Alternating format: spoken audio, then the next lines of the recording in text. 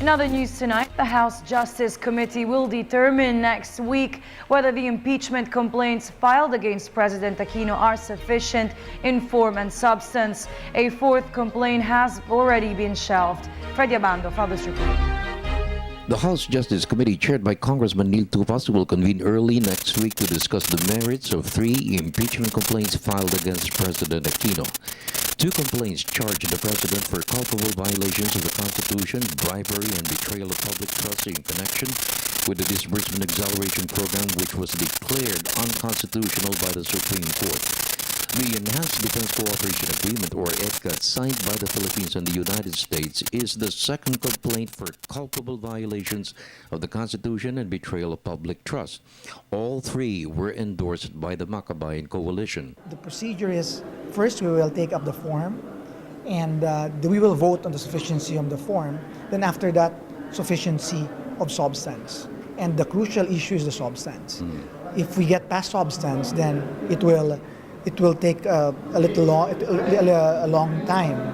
But definitely we have to finish it within 60 session days under the rules. The fourth complaint, filed by ACT Party List Congressman Antonio Tino, claimed the Priority Development Assistance Fund, or PDAF, has been perpetuated despite the court's ruling of unconstitutionality. The said complaint has been barred since it was not referred to the Tupas Committee. For all intents and purposes, wala talaga na-i-file kahapon. So kung walang na-i-file kahapon, then considering that we have already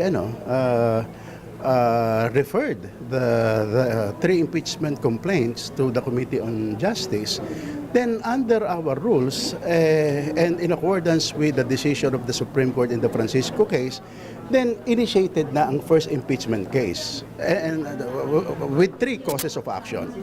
Tino bases charges on audio recordings of an executive session of the House Committee on Appropriations with CHED and health officials on how members of the House can avail for their constituents scholarships and medical assistance. House Majority Leader Naphtali Gonzalez Jr. said there is nothing illegal with the meeting since it's the right of every congressman to access benefits for their constituents. House Appropriations Committee Chairman Isidro Ungab said the consultations with CHED and health officials was legal and above board. Once upon a time is noong 2013 na scholar na sila at ang commitment and written in the budget that they will continue to be funded as such by 2014. Hindi nakakakuha, meaning justifiable ba yun na hindi mapagpatuloy ang kanang pag-aaral simply because kami ang nag-i-endorse? Ang mga constituent ba namin na naghihingalo na maaring mamatay dahil dahil kailangan ng paggamot, makatarungan ba na hindi sila gagamutin? Hayaan na lang sila mamatay dahil kami ang nag-i-endorse? During the deliberations, pwede pa mag-introduce ng amendments, pwede pa mag-introduce ng projects ang mga congressmen. Now,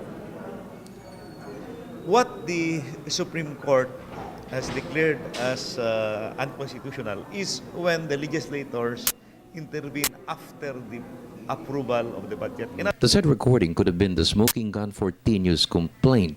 In the meantime, Tino could face an ethics complaint for violating the rules of disclosing facts in an executive session. It should be investigated by the ethics committee at least because it's unprecedented.